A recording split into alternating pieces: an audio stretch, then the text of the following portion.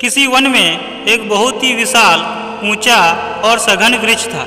इस वृक्ष के ऊपर कई हंसों ने लंबे समय से अपना डेरा बना रखा था।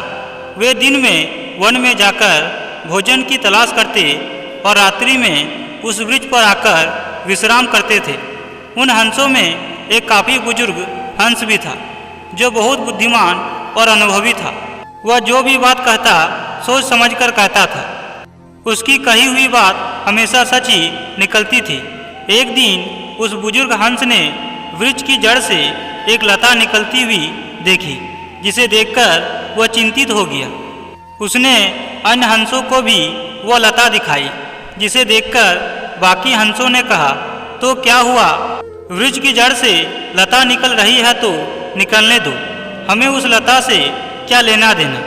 तभी बुजुर्ग हंस बोला, ऐसी बात नहीं है, हमारा इस लता से बहुत गहरा संबंध है, क्योंकि यह लता उसी वृक्ष की जड़ से निकल रही है जिस पर हम सब रहते हैं। तभी बाकी हंसों ने कहा कि तुम्हारी बात हमारी समझ में नहीं आ रही है, जो भी कहना चाहते हो उसे साफ साफ कहो। अपने साथी हंसों की बात सुनकर बुजुर्ग हंस बोला, आज यह लता भले छोटी सी है, लेकिन धीरे धीरे यह बढ़कर बड़ी हो जाएगी। एक दिन आएगा जब यह वृक्ष से लिपट जाएगी और मोटी हो जाएगी। जब यह मोटी हो जाएगी तब हमारा कोई भी शत्रु उसे पकड़कर वृक्ष पर चढ़ सकता है और हमें हानि पहुंचा सकता है। तभी बुजुर्ग हंस की बातें सुनकर अन्य हंस हंसने लगे और बोले, तुम तो मूर्ख जैसी बातें कर रही हो।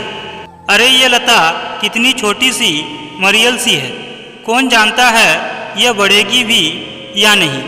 अन्य हंसों की बात सुनकर बुजुर्ग हंस बोला, हाँ यह छोटी सी तो है, किंतु जिस चीज़ से हानि होने की संभावना हो उसे समय रहते ही नष्ट कर देना चाहिए। मेरा विचार है कि हम इस लता को अभी उखाड़ फेंके तो अच्छा होगा। यह बढ़ेगी तो हम सबके दुख का कारण बन सकती है। रात्रि का समय हो रहा था। अन्य हंस आराम करने की मन स्थिति में थे, इसलिए किसी ने भी बुजुर्ग हंस की बात पर ध्यान नहीं दिया और बोला, लता जब बढ़ेगी तब देखा जाएगा। आप भी चिंता छोड़िए और आराम कीजिए। अपने साथियों की बात सुनकर बेचारा बुजुर्ग हंस मौन रह गया, क्योंकि यह काम उसके अकेले के बस का नहीं था।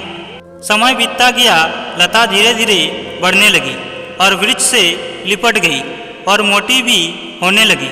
धीरे धीरे वह इतनी मोटी हो गई कि कोई भी आदमी उसका सहारा लेकर वृक्ष के ऊपर चढ़ सकता था। कुछ दिनों बाद एक शिकारी की नज़र जब उस वृक्ष पर पड़ी तो उसने देखा कि रात्रि के समय इस वृक्ष पर सैकड़ों हंस विश्राम करते हैं। इस पेड़ पर जाल बिछाकर उन्हें आसानी से फंसाया जा सकता है।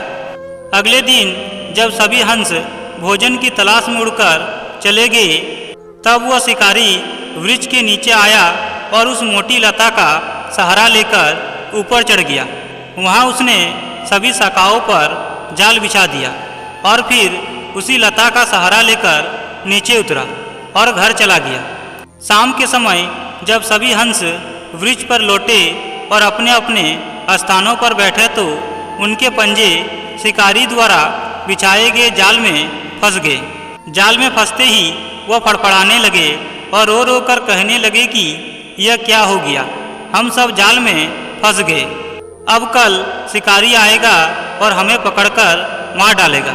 हंसों का रोना सुनकर बुजुर्ग हंस बोला, अगर तुम लोगों ने उस दिन मेरी बात मानकर उस लता को नष्ट कर दिया होता तो आज यह दिन ना देखना पड़ता। शिकारी उस मोटी लता का सहारा लेकर ही वृक्ष पर चढ़ा और हमारे लिए जाल बिछाकर चला गया। तभी बाकी हंस रोते हुए बोले, भाई हमसे बहुत बड़ी भूल हो गई, किंतु अब जो हो गया उसे टाला नहीं जा सकता। परंतु आप कोई एक ऐसा उपाय बताओ जिससे हम सबके प्राण बच सके। तभी अपने साथियों की बात सुनकर बुद्धिमान हंस बोला, कल जब शिकारी आए तो सभी के सभी मुर्दे के समान पड़ जाना। शिकारी तुम्हें मरा हुआ समझकर जाल से निकालकर फेंक देगा। जब तक वह आखिरी हंस को भी जाल से निकालकर ना फेंक दे, तुम सबको मुर्दे की तरह ही जमीन पर पड़े रहना होगा। अन्य हंसों को बुजुर्ग हंस की बात समझ में आ गई। दूसरे दिन जैसे ही शिकारी आता हुआ दिखाई दिया, सभी वन हंस मुर्दे के समान पड़ गए। शिकारी ने पेड़ पर चढ़कर देखा तो सभी हंस को मरा हुआ समझकर दुखी हुआ। वह एक एक करके हंसों को जाल से निकालकर फेंकने लगा। जब तक सभी वन हंसों को उसने जाल से नहीं निकाल दिया, तब तक सभी के सभी हंस मुर्दे की तरह पड़े रहे। जैसे ही आखिरी हंस मुक्त हुए, सभी एक साथ फड़फड़ाकर उठे और आकाश में उड़ गए। हंसों को उड़ता हुआ देख शिकारी ने सड़ पकड़ लिया। मित्रों, कहा गया है कि समुद्र भी प्रलय लाने पर अपनी मर्यादा लांघ देता है और किनारों को तोड़ता हुआ तबाही मचा देता है।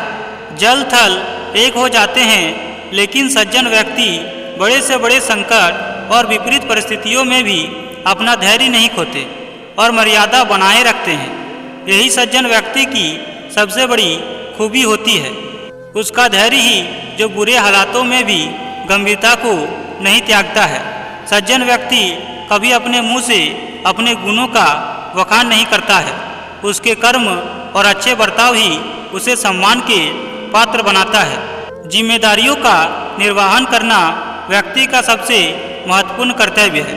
एक सज्जन व्यक्ति अपने जिम्मेदारियों को पूरा करने के साथ रिश्तों का मोल समझता है और निस्वार्थ भावना से उन्हें एक धागे में बांधे रखने के लिए हर संभव प्रयास करता है। जो हर रिश्ते को ईमानदारी और सच्चे दिल से निभाते हैं, उनमें भेदभाव नहीं रखते। ऐसे लोग हर जगह सम्मान पाते हैं।